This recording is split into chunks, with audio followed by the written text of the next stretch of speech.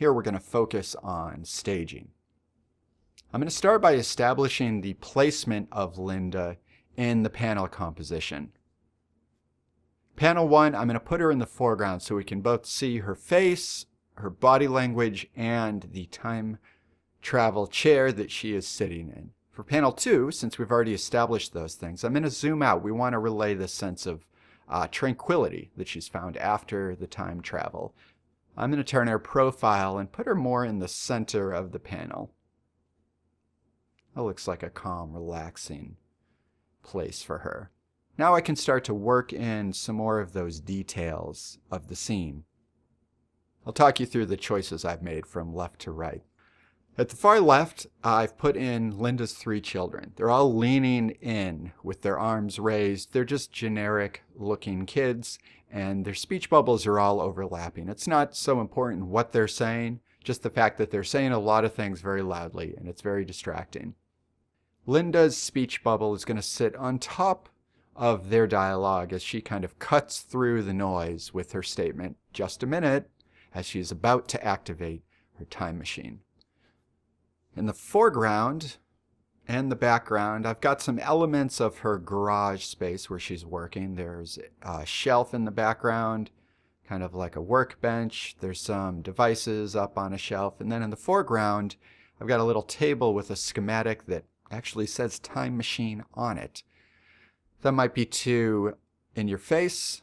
We'll see.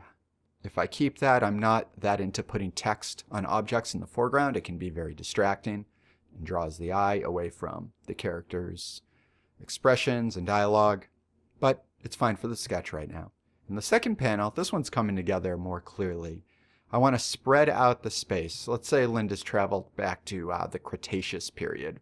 So we've got some dinosaurs, Triceratops in the foreground, some sort of herbivore, long neck dinosaur in the background, and a couple other tropical plants to surround her. I don't want to crowd Linda. I want to give her plenty of space.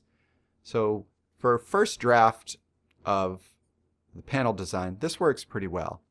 But as you may have encountered in some of my other classes, when I'm sketching, I like to keep in mind this 3-stage sketching process. That's just a general rule of thumb. My first sketch usually isn't the one I end up inking on top of. My third sketch usually gets me to a clear enough state where I'm confident with my inking. But with this comic, I arrived at a final sketch on the second try. We don't need to overthink this project. Before we get to the art here, let's just jump back for a second and look at the main energy that I've established in these 2 panels. I'm drawing it in red here so you know it's important.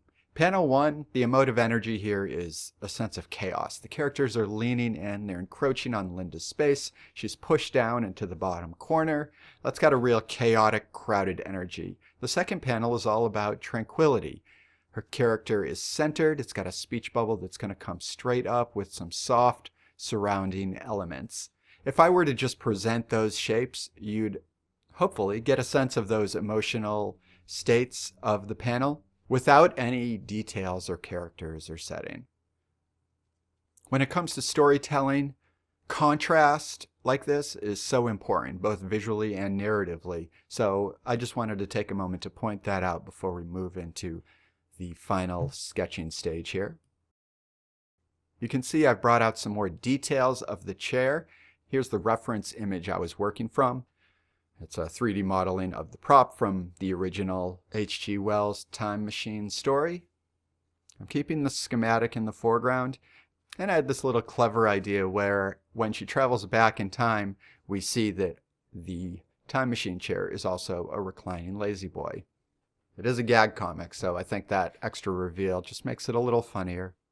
Now let's work on some of the setting elements and develop this foreground and midground.